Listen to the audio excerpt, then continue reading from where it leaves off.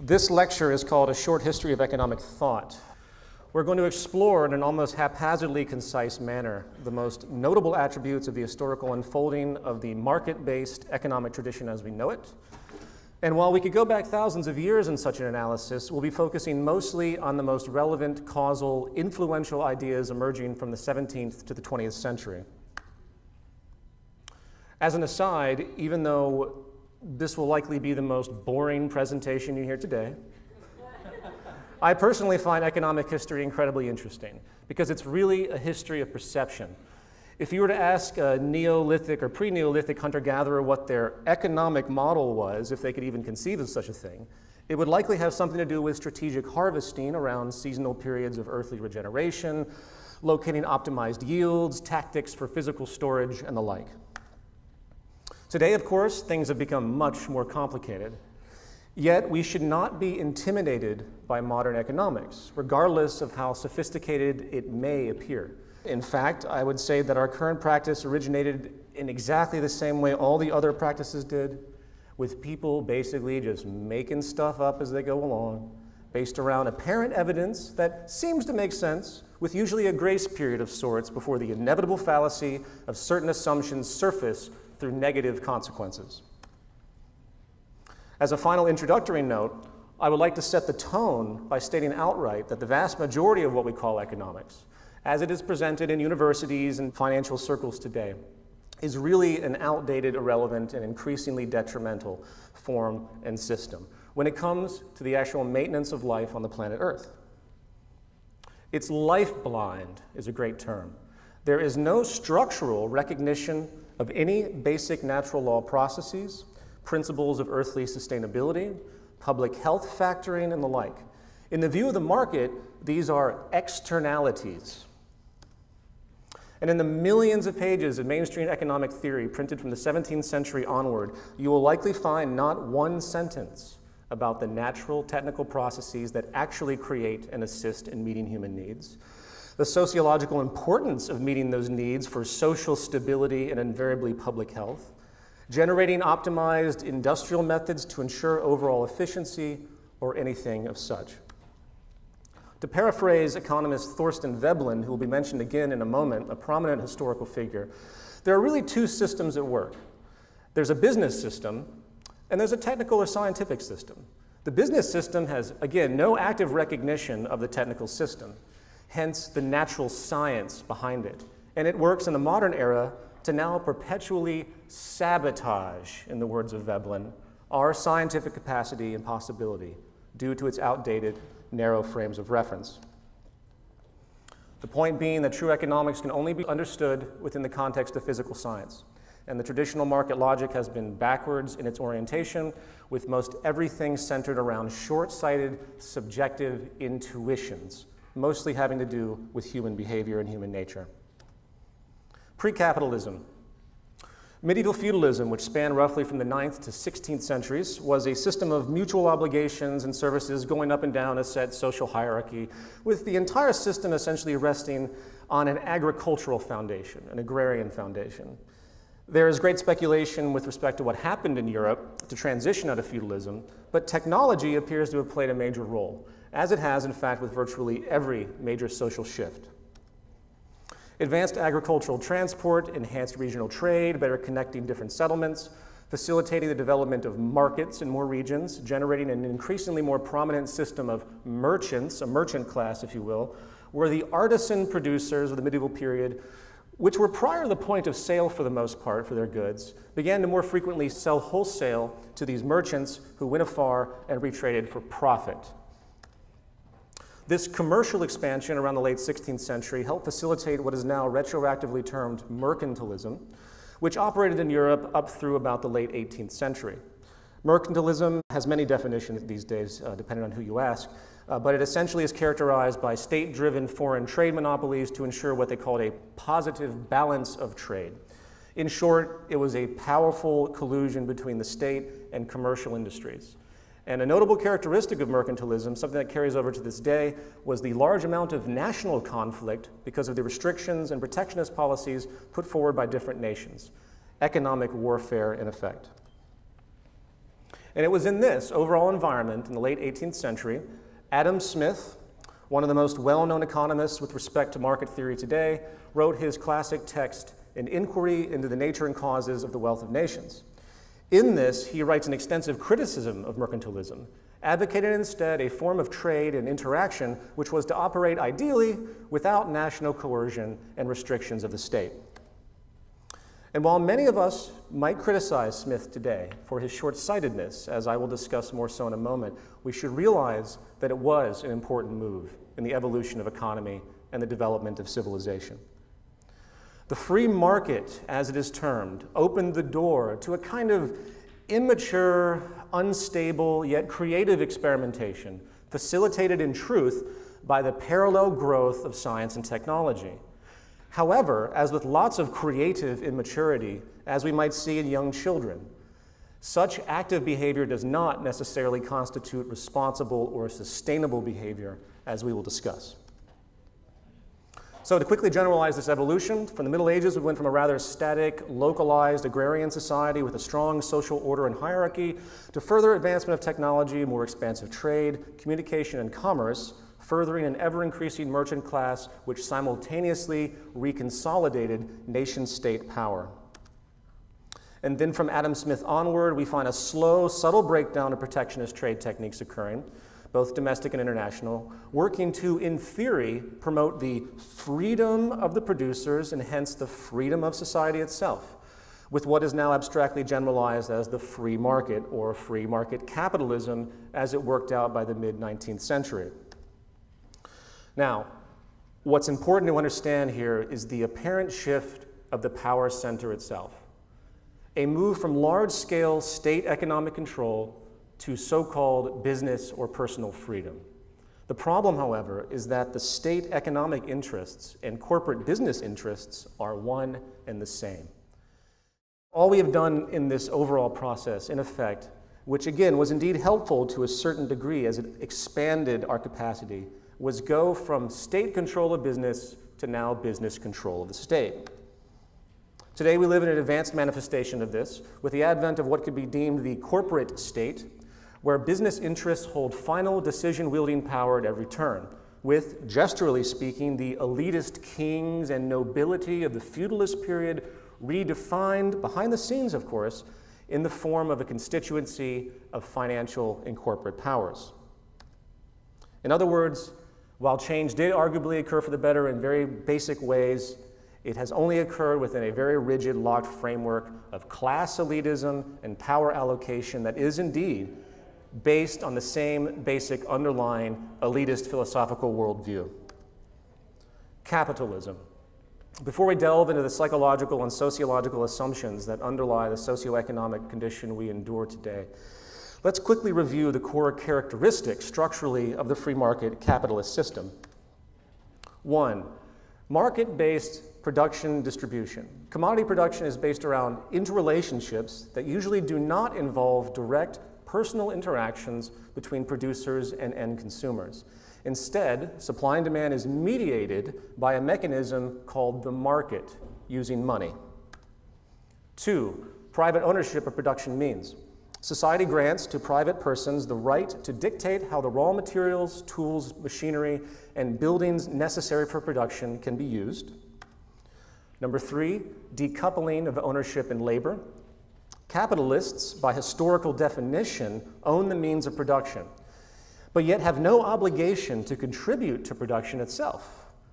Everything produced by the laborers, who in effect only really own their labor itself, is owned by the capitalist by legal authority. I'll touch upon this again in a second. And number 4, a self-maximizing incentive is assumed. Individualistic, competitive, and inquisitive interests are necessary for the successful functioning of capitalism, since a constant pressure to consume and expand is needed to avoid recessions, depressions, loss of growth, and other negatives.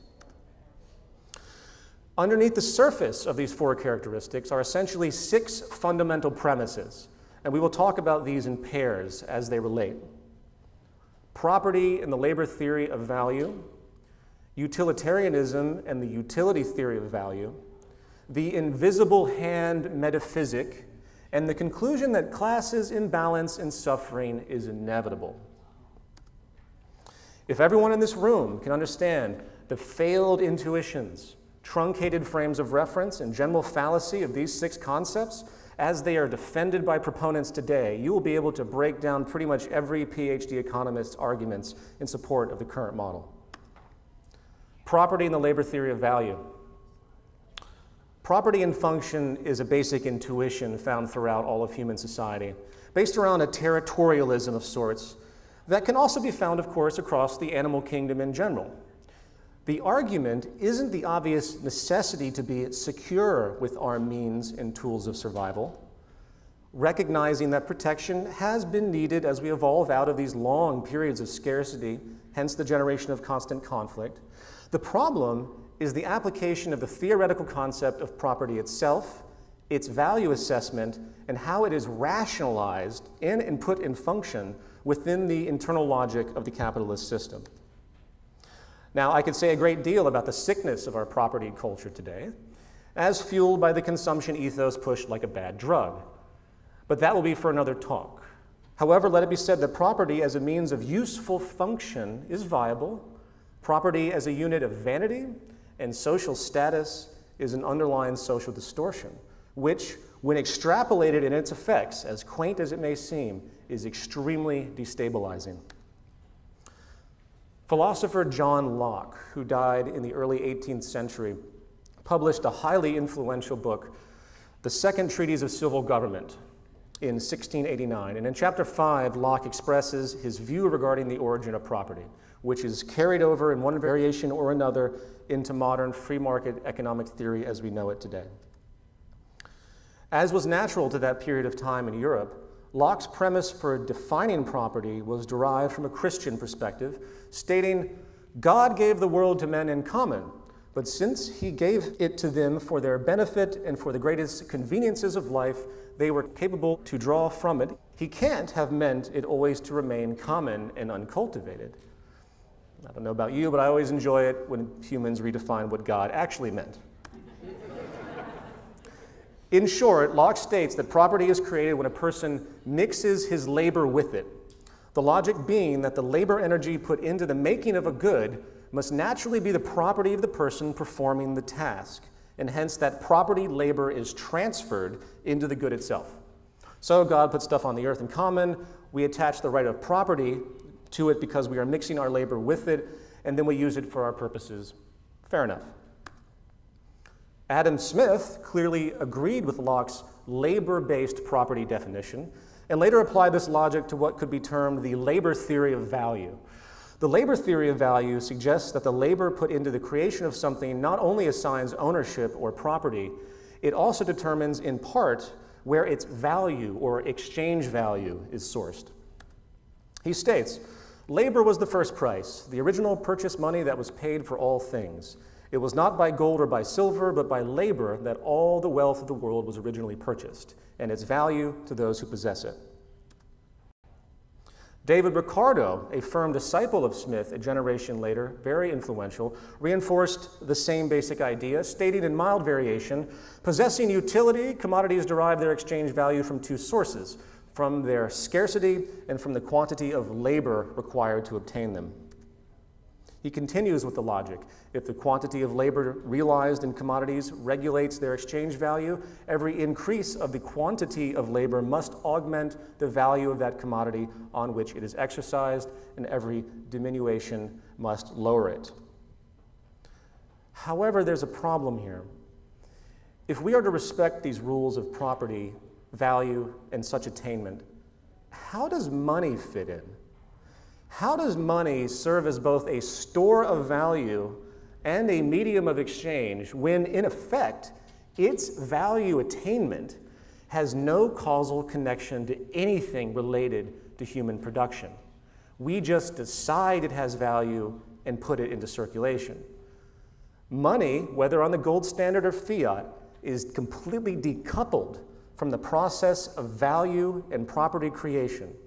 John Locke and Adam Smith make it clear that true wealth, the wealth of nations, is not a function of how much gold or silver or hence money economy has. It's actually the sum of the production, the goods and services the economy produces. That is the true definition of wealth, as per Adam Smith, who states, "The annual produce of the land and labor of the society is its wealth." And the main punchline is that money can buy labor. What does this mean? It means that one can buy the actual process of value creation and ownership creation with a fake commodity that has neither of these causal attributes built into its existence. Capitalism's dominant feature exploits this, as the private ownership of the means of production, including labor through money, or capital as it's called, enables a form of power and wealth consolidation that is unprecedented as an economic system in causality, maximizing the use of this fraudulent, made-up commodity. This basic contradiction, as minor as it may seem, is actually quite dramatic, and it's been observed by many critics throughout history. Karl Marx, likely the most demonized economic thinker of all time, had a great deal correct with his criticisms of capitalist philosophy. I might not agree with his socialist conclusions, but his criticisms are quite acute. He states, "At first, the rights of property seem to us to be based on man's own labor. At least some such assumption was necessary, since only commodity owners with equal rights confronted each other, and the sole means by which a man could become possessed of the commodities of others was by alienating or giving up his own commodities, and these could be replaced again by labor alone. Now, however, property turns out to be the right on the part of the capitalist to appropriate, and to be the impossibility on the part of the laborer of appropriating his own product, the product made. The separation of property from labor has been the necessary consequence of a law that apparently originated in their identity," referring to the capitalists by definition.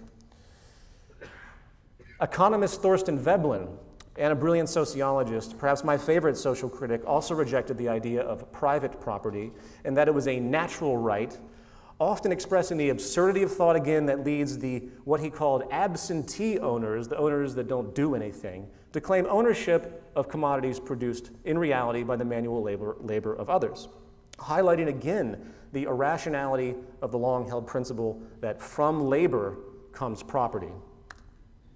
However, Veblen went farther, and he expressed something much more profound than everything I just talked about. He expresses the social nature of production and how the skills and knowledge accumulation inherent completely voids the causal justification of property rights in and of themselves, stating, "The natural rights theory of property makes the creative effort of an isolated, self-sufficing individual the basis of ownership vested in him. In doing so, it overlooks the fact that there is no isolated, self-sufficing individual. Production takes place only in society, only through the cooperation of an industrial community. This industrial community may be large or small, but it always comprises a group large enough to contain and transmit the traditions, tools, technical knowledge, and usages without which there can be no industrial organization and no economic relation of individuals to one another or to their environment. There can be no production without technical knowledge, hence no accumulation and no wealth to be owned. And there is no technical knowledge apart from the industrial community. Since there is no individual production and no individual productivity, the natural rights preconception reduces itself to absurdity, even under the logic of its own assumptions." Think about it. How can we create anything of ownership in a physical or intellectual sense and be isolated? And how can we source anything to a single individual or select group? Veblen recognized basically that we live in a group mind. We live in a shared concept, whether we like it or not, and we share our ideas and skills.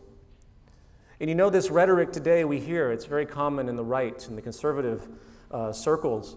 You get what you work for. In this ethic, your contribution is the only thing that can manifest and improve life. Yet, did anyone in this room invent the automobile? Yes, we might have to pay for it at this time, but the general intellectual design and the hence thousands of years of scientific inquiry and awareness that manifest that piece of technology was given to us, given to our generation for free, along with countless other inherited lifestyle realities we take for granted. While our intuition and basic interest in our own well-being seems to support, again, this justification of property, whether physical or intellectual. The whole thing falls apart very rapidly when we take the perspective of social, intellectual development over generational time.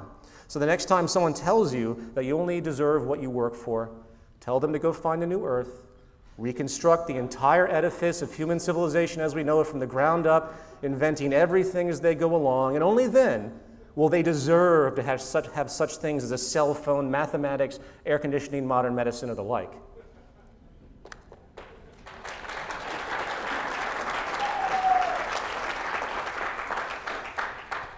Moving on. Utilitarianism and the utility theory of value. Utilitarianism is, in many ways, both a psychological theory of how people behave and an ethical theory of how they ought to behave. Keep this in mind. It has many different schools of thought today, but in short, it is a model of behavior which is based around something of an impulsive, hedonistic assumption of human action in general. It deals with pleasure and pain and the idea that human beings basically react in favor of pleasure and work to avoid pain on all scales. Very convoluted, as I'll describe. A notable figure and proponent of utilitarianism is Jeremy Bentham, who died in the early 19th century. He stated, "Nature has placed mankind under the governance of two sovereign masters, pain and pleasure. It is for them alone to point out what we ought to do. By the principle of utility is meant that principle which approves or disapproves of every action whatsoever according to the tendency it appears to have to augment or diminish the happiness of the party whose interest is in question." Utilitarianism is at the core of the microeconomic behavioral assumptions put forward by what is called neoclassical economics today. The assumption of people working to maximize their happiness and reduce suffering is a guiding principle, and various behavioral models of high complexity have also been created in these intellectual circles. Within this assumption, there are lots of other ideas built in naturally, such as the idea that humans are insatiable, and then we have infinite material wants, which will never make us satisfied. We have deeply ingrained need to be better than others and other competitive nuances and the like.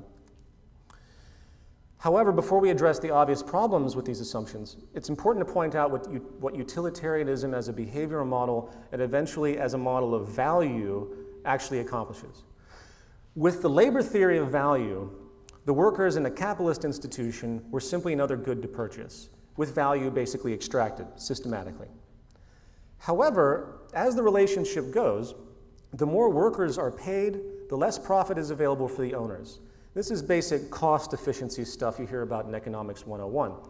However, a troubling awareness underneath the surface, which was recognized by David Ricardo, Adam Smith, and others, is that this highlights a conflict between workers and owners. The owners wish to maximize their profits, while the workers wish to maximize their wages.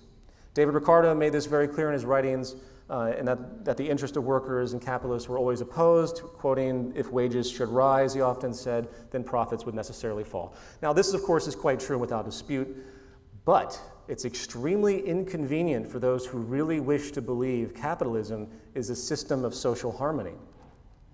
And the utility theory solves this. The utility theory of value states that a good value is mostly not derived from labor, but is based on the mere perception of those who wish to own. This new view, in effect, enables a detour from the class war problem, essentially reducing everyone to self-maximizing exchangers.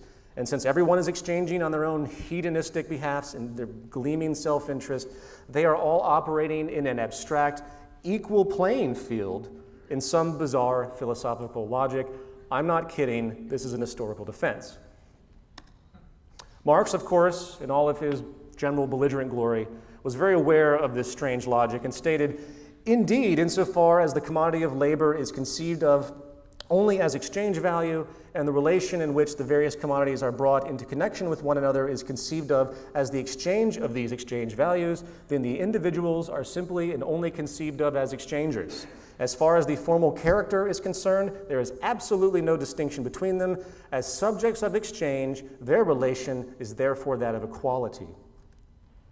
Veblen, who was probably even more horrified by the neoclassical economic assumptions, saw the idea that all human economic behavior was to be reduced to a hedonistic interplay of self-maximization and preservation as absurd. He even joked that a gang of Aleutian islanders slushing about in the rack and surf with rakes and magical incantations for the capture of shellfish are held in point of taxonomic reality to be engaged in a feat of hedonistic equilibration in rent, wages, and interest, and that's all there is to it.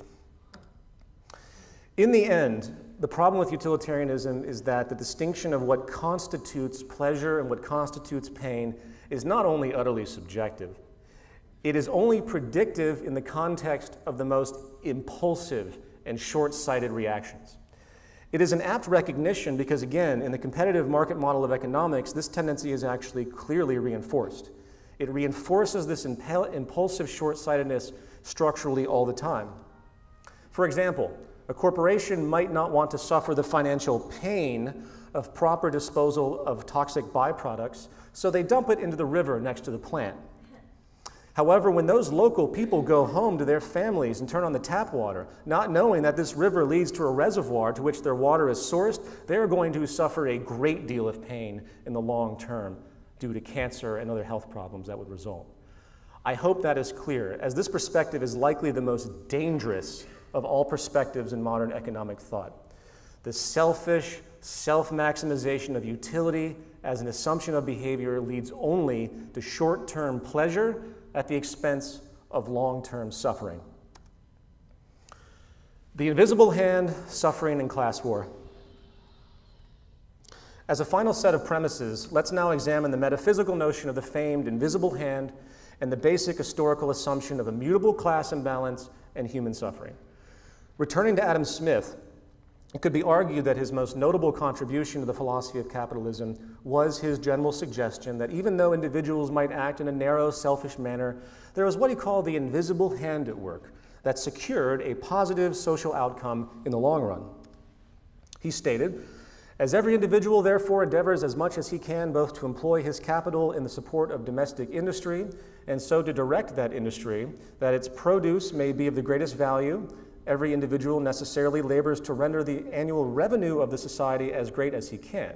He neither intends to promote the public interest, nor knows how much he is promoting it.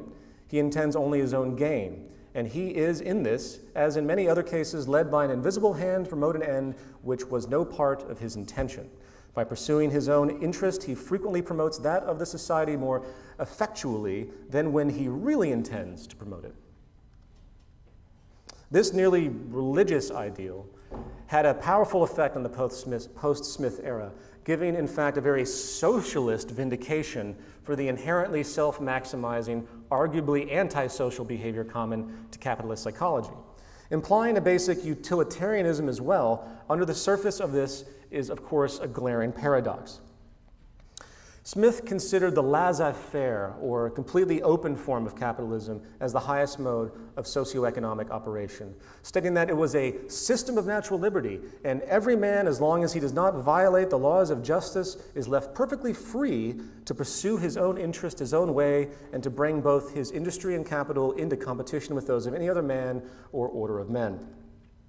Well, today, with 1% of the world's population owning 40% of the planet's wealth, 1 billion starving, literally not meeting nutritional requirements on a daily basis, and almost half the world in deep relative deprivation, there's ample proof that the mechanisms of the market economy clearly gravitate towards power consolidation and, in effect, the limiting of freedom, the limiting of health of many billions of people in the world today systematically. However, it's really interesting to see this consequence, because if you really examine Smith, Ricardo, and now Thomas Malthus, if you examine their writings in detail, you'll notice something very interesting, that the invisible hand, which suggests, implies, in fine print, the betterment of all, is really only acknowledged to help a deserving subsection of the population. Throughout all of their writings in general, they imply that suffering will remain regardless.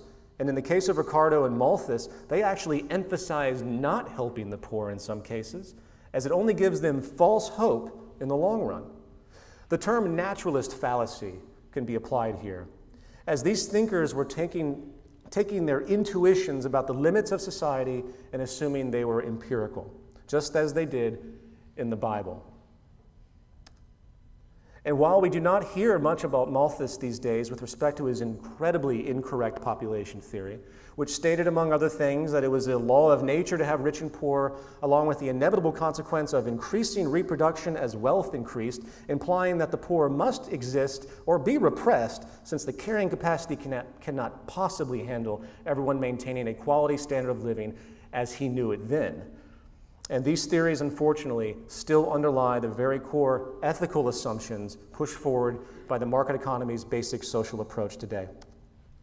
So I ask you, if the dominant, most influential historical proponents of this economic model, a model which has spread across the world, planted this intellectual seed that it was impossible to take care of everyone and that poverty was inevitable and that it's only a higher moral class, in effect, that really deserves the fruits of a decent life, do you think that maybe it might explain why there has been virtually no real effort on the part of any large-scale establishment to actually resolve global suffering on any real level, even though it has clearly, statistically, been technically possible for many, many decades now due to the advancements in technology? In conclusion, I wish to point out again that the capitalist market economy did facilitate a stage of improvement on a very basic level. As with anything in the course of evolution, there's no such thing as wrong if the mechanism of understanding, correction, and adaptation is working properly. And that's the problem today. We're not adapting fast enough. I see it as an issue of social maturity. If we look at cultural evolution as a process of adaptation, and with the needed vulnerable acceptance of new knowledge as the mechanism of change, we can begin to see that we're stuck or moving in a very slow way when it comes to the way we think about economics. Naturally, due to the extremely powerful reinforcement it has, generation after generation, it compounds this value neuroses over and over, creating increasing fear of change. And I hate to sound condescending, but right now I put the maturity level of human society in this regard at about the age of 9. We have an entire species of children selfishly running around the earth, hoarding toys, many still believing in Santa Claus, fighting over abundant toy blocks, pushing to the front of the line, jockeying for mommy's attention and status, creating little gangs to feel wanted and to feel powerful. And it isn't that we can't see a path of maturation. It's rather the sickness that exists in this household we share, the water we swim in, the foundational values and beliefs that currently embody the whole of our society, our ideological parents, the zeitgeist itself. And that's why we're here. It's now an issue of growing up. And whether anyone likes it or not, they are in the zeitgeist movement one way or another. Thank you very much.